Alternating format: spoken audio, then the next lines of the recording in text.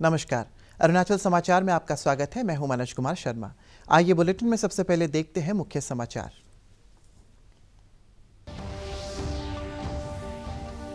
राज्य के शहरी विकास और नागरिक आपूर्ति मंत्री कामलुंग मोसांग ने आज राजभवन में राज्यपाल डॉक्टर बी डी मिश्रा के साथ बैठक में चांगलांग जिले के विजयनगर अंचल में विकास कार्यों की प्रगति की समीक्षा। राज्यपाल ने मियाओ विजयनगर सड़क को फरवरी तक कार्यरत बनाने को कहा।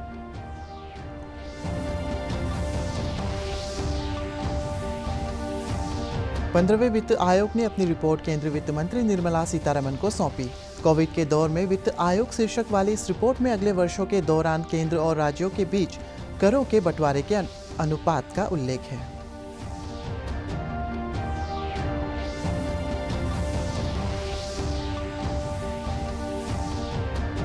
अरुणाचल प्रदेश स्टेट ग्रामीण आजीविका मिशन के अंतर्गत नामसाई जिले में विशेष रूप से महिलाओं को आत्मनिर्भर बनाने के लिए उठाए जा रहे हैं अनेक कदम।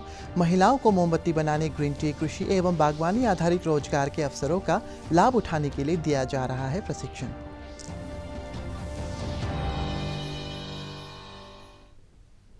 राज्य के शहरी विकास, नगरपालिका प्रशासन, नागरिक आपूर्ति और उपभोक्ता मामलों के मंत्री कामलुंग मोसांग ने आज राजभवन में राज्यपाल डॉक्टर बी डी मिश्रा के साथ बैठक में चांगलांग जिले के दूर दराज के विजयनगर अंचल में विकास कार्यों की प्रगति की जानकारी दी।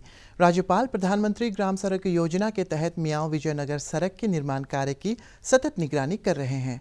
ये PMGSY रोड, नामदफा राष्ट्रीय पार्क और टाइगर रिजर्व के वाणिज्य और वनस्पतियों के संरक्षण में सहायता के साथ इस क्षेत्र में निवास करने वाले लोगों के लिए काफ़ी मायने रखता है। पर्यटन को बढ़ावा देने के अलावा राष्ट्रीय सुरक्षा के नज़रिए से भी मियाओ विजयनगर सड़क परियोजना महत्वपूर्ण है। राज्यपाल ने आगामी फरवरी महीने तक ज़्यादातर काम पूरा कर लेने और इस सड़क को कार्यरत बनाने को कहा है। उन्होंने कोविड-19 प्रोटोकॉल के तहत ईटानगर राजधानी क्षेत्र सहित राज्य के सभी नगरीय क्षेत्रों में स्वच्छ भारत अभियान को फिर से शुरू करने को कहा है।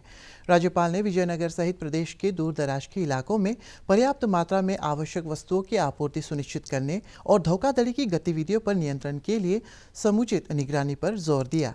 उन्होंने BSNL और अपेदा के माध्यम से राज्य के सुदूर क्षेत्रों में संचार और बिजली की सुविधा मुहैया कराने का सुझाव दिया। राज्यपाल ने विजयनगर अंचल में आत्मनिर्भर भारत को बढ़ावा देने के लिए यहाँ के हस्तशिल्प उत्पादों की प्रभावी तरीके से खरीद करने के निर्देश दिए। 15वें वित्त आयोग ने आज अपनी रिपोर्ट केंद्रीय वित्त मंत्री निर्मला सीतारमण को सौंपी। कोविड के दौर में वित्त आयोग शीर्ष वाली इस रिपोर्ट में अगले वर्षों के दौरान केंद्र और राज्यों के बीच करों के बंटवारे के अनुपात का उल्लेख है। वित्त मंत्री ये रिपोर्ट और इस पर सरकार की कार्रवाई से संबंधित रिपोर्ट संसद में पेश करेंगी। आयोग के अध्यक्ष और सदस्यों ने कल प्रधानमंत्री नरेंद्र मोदी की 2021-22 से 2025-26 की अवधि की यह रिपोर्ट सौंपी थी। इससे पहले आयोग ने इस महीने की 9 तारीख को अपनी रिपोर्ट राष्ट्रपति रामनाथ कोविंद को भी सौंपी थी। संघ और राज्य सरकारों, स्थानीय निकायों और पिछले वित्त आयोगों के सदस्यों और अध्यक्षों और आयोग की सलाहकार परिषद के साथ व्यापक विचार विमर्श के बाद रिपोर्ट को अंतिम रूप दिया गया। इस विचार विमर्श में विशेषज्ञों, प्रतिष्ठित शैक्षणिक संस्थानों और अन्य महत्वपूर्ण संस्थानों की भी राय ली गई। ये रिपोर्ट 4 खंडों में विभाजित है। खंड 1 और 2 में मुख्य रिपोर्ट है। खंड 3 में केंद्र सरकार के सामने मध्यम अवधि की चुनौतियों और आगे की योजना का उल्लेख है। चौथे खंड में राज्यों का उल्लेख है। आयोग ने प्रत्येक राज्य की वित्तीय स्थिति का बहुत बारीकी से विश्लेषण किया है और हर राज्य की स्थितियों के अनुरूप सुझाव दिए हैं। राज्य में सोमवार को कोविड संक्रमण के 56 नए मामले दर्ज किए गए हैं और 88 रोगी स्वस्थ हुए हैं। राज्य में कोविड रिकवरी दर 91.93% हो गई है। प्रदेश में कोविड के सक्रिय मामलों की संख्या 1232 है। राज्य भर में कल कोविड जांच के लिए 1341 सैंपल एकत्रित किए गए हैं। प्रदेश में अब तक 14,588 कोविड संक्रमित व्यक्ति स्वस्थ हो चुके हैं और मरने वालों की संख्या 48 है। देश में कोविड से स्वस्थ होने वालों की दर 93% से अधिक हो गई है। पिछले 24 घंटों के दौरान 40,000 से अधिक मरीज स्वस्थ हो गए हैं। केंद्रीय स्वास्थ्य मंत्रालय ने बताया है कि अब तक 82,90,000 से अधिक रोगी इलाज के बाद स्वस्थ हो चुके हैं। इस समय देश में करीब 4,53,000 व्यक्ति कोरोना से संक्रमित हैं। पिछले 24 घंटों के दौरान 29,000 से अधिक नए मामलों का पता चला है। पिछले 24 घंटों के दौरान कोरोना से 449 लोगों की मौत हुई, जिन्हें मिलाकर देश में अब तक कुल 1,30,000 लोग इसका शिकार हो चुके हैं। देश में अब तक 12 करोड़ 65 लाख कोविड परीक्षण किए जा चुके हैं। भारत बायोटेक ने कोविड-19 के टीके कोवैक्सीन का तीसरा प्रशिक्षण शुरू करने की घोषणा की है। भारतीय आयुर्विज्ञान अनुसंधान परिषद की भागीदारी से किए जाने वाला ये परीक्षण 26,000 वॉलंटियर्स पर किया जाएगा। ये भारत में कोविड-19 के टीके के लिए किया जाने वाला सबसे बड़ा क्लिनिकल परीक्षण है। इस परीक्षण को www.ctri.nic.in पर पंजीकृत किया गया है और भारत के औषध महानियंत्रक ने इसे स्वीकृति दे दी है। इधर बायोटेक कंपनी मॉडर्ना ने कोविड वैक्सीन को लेकर एक अच्छी खबर दी है। बायोटेक कंपनी के एक वरिष्ठ अधिकारी ने बताया है कि कोरोना के खिलाफ तैयार की जा रही दवा बीमारी को रोकने के 94.5% तक कारगर है। ये दवा क्लिनिकल ट्रायल के विश्लेषक के आधार पर किया जा रहा है। ऐसे में अगले वर्ष के शुरू में दुनिया में कोविड वैक्सीन के आने की संभावना बढ़ गई है। अरुणाचल स्टेट राज्य ग्रामीण आजीविका मिशन के अंतर्गत नामसाई जिले में विशेष रूप से महिलाओं को आत्मनिर्भर बनाने के लिए अनेक कदम उठाए गए हैं। महिलाओं को मोमबत्ती बनाने, ग्रीन टी, कृषि एवं बागवानी आधारित रोजगार के अवसर का लाभ उठाने के लिए उन्हें प्रशिक्षण दिया जा रहा है। प्रशिक्षित महिलाएं अपने क्षेत्र में स्व सहायता समूह बनाकर लघु उद्योग चला रही है, जिससे उन्हें अतिरिक्त आय हो रही है। ARSRLM नामसाई के क्लस्टर कोऑर्डिनेटर तारू रंका ने बताया है कि बड़े पैमाने पर महिलाएं सेल्फ हेल्प ग्रुप बनाकर स्वरोजगार शुरू कर रही है। उन्होंने कहा है कि इससे स्थानीय स्तर पर वस्तुओं का उत्पादन, पैकेजिंग और विपणन हो रहा है। नामसाई में 333 सेल्फ हेल्प ग्रुप्स है। इन लोगों में हमारा मेन उद्देश्य है कि उन लोगों को खुद आत्मनिर्भर होना है। तो उसके लिए इन्हें हम कुछ सिखाते हैं, कुछ ट्रेनिंग देते हैं। मेन है हमारा डिपार्टमेंट का काम तो इंस्टीट्यूशन बिल्डिंग। तो इंस्टीट्यूशन बिल्डिंग जो सेल्फ हेल्प ग्रुप बन जाते हैं, पर वो सेल्फ हेल्प ग्रुप अब आगे जाके क्या करना है वो अभी इसको हम लोग का एम है कि अभी बाकी जो डिपार्टमेंट है उन लोगों के साथ कन्वर्जेंस कराए।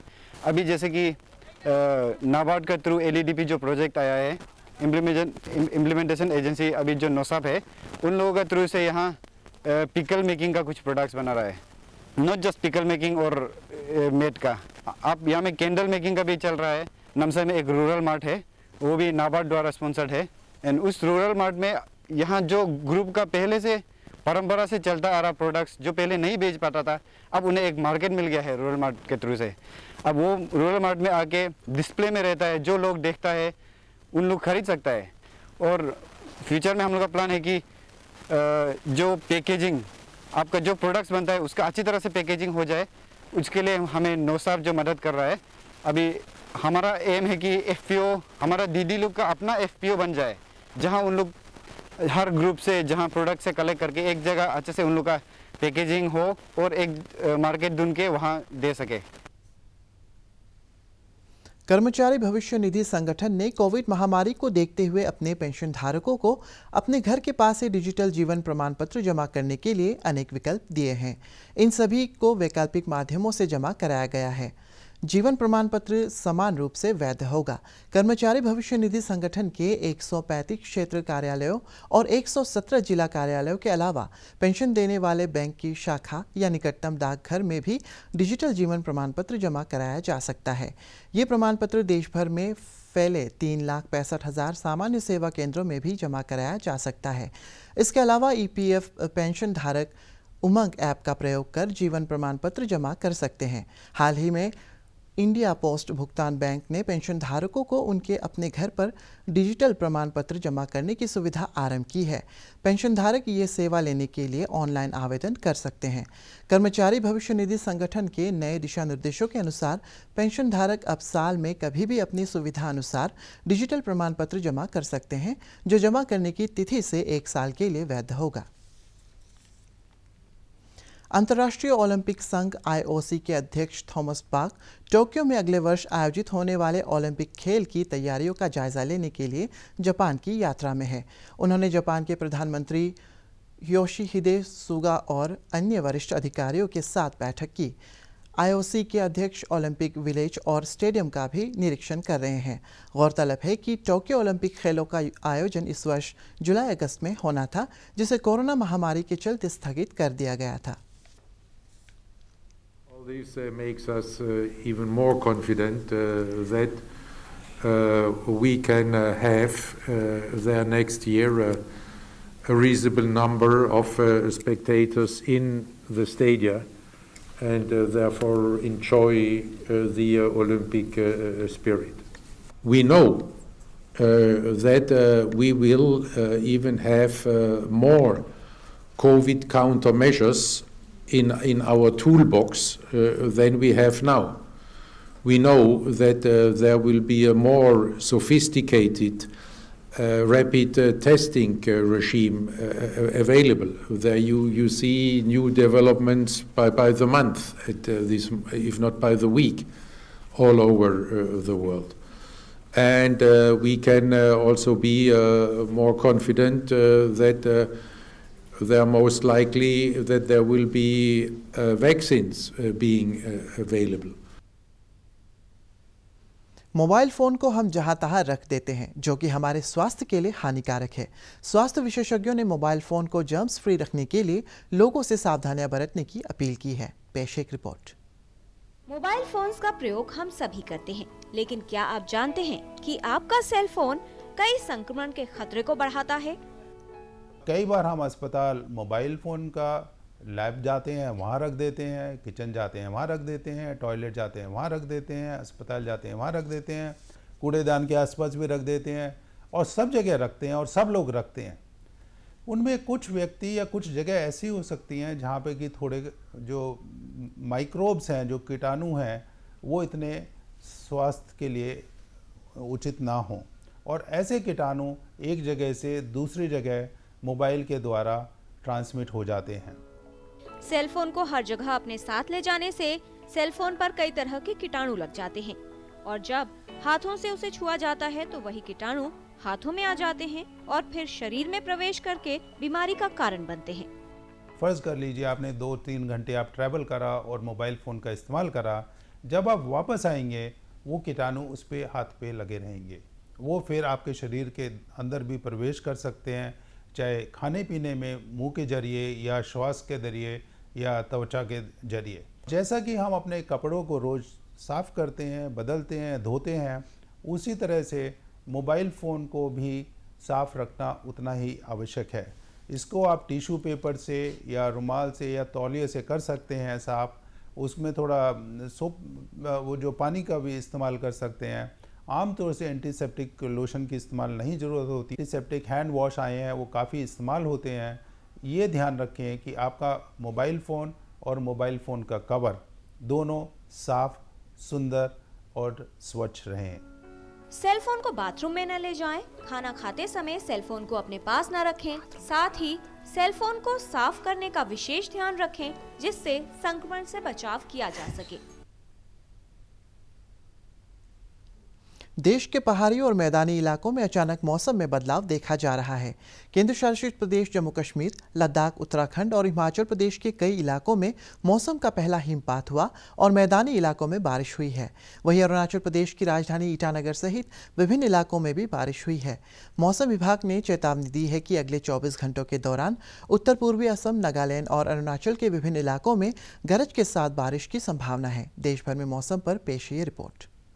मुख्यमंत्री त्रिवेंद्र सिंह रावत उपस्थित थे। देश में स्थित द्वादश ज्योतिर्लिंग में से एक केदारनाथ धाम की पंचमुखी मूर्ति विधि विधान के साथ पारंपरिक रूप से ऊखीमठ ओमकारेश्वर मंदिर के लिए रवाना हो गई। वहीं अगले 6 महीनों तक केदारनाथ की पूजा होगी। इसके अलावा भाई दूज के मौके पर यमुनोत्री के भी कपाट बंद हो गए। दूसरी ओर बद्रीनाथ के कपाट 19 नवम्बर को बंद होंगे, लेकिन वहाँ भी मौसम ने करवट ली और सुबह से ही बर्फबारी जारी रही। मौसम विभाग के मुताबिक उत्तराखंड में 3000 मीट्रिक यानी 9000 फीट से ऊंचे इलाकों में बर्फबारी और निचले इलाकों में हल्की बारिश का पूर्वानुमान जताया गया है। दूसरी ओर हिमाचल प्रदेश की राजधानी शिमला में भी बर्फबारी देखने को मिली। कुफरी में भी मौसम का बदला मिजाज लोगों के सामने आया। वहां पर्यटकों ने मौसम का लुत्फ उठाया। स्नो प्रेडिक्शन देख के ही आए थे कि it was predicted to snow today and वो देख के ही आए थे, बट रात को थोड़ा डिसअपॉइंटिंग था, बट सडनली 2 बजे से बर्फ गिरना शुरू हुई एंड फिर टोटली सब वाइट हो गया। इस तरह की स्नो की उम्मीद अरुणाचल समाचार के आज के अंक में इतना ही। जाने से पहले आप सभी से अनुरोध है कि कोविड-19 के दिशा निर्देशों का पालन करें, हमेशा मास्क लगाएं, बार बार हाथों को धोएं, सोशल डिस्टेंसिंग के नियमों को मानें। हम कल फिर हाजिर होंगे अरुणाचल और देश और दुनिया की खबरों के साथ। चलते चलते आपको बता दें कि आप अरुणाचल समाचार हमारे YouTube channel DD news Arunachal पर भी देख सकते हैं। देखते रहिए अरुण प्रभा। नमस्कार।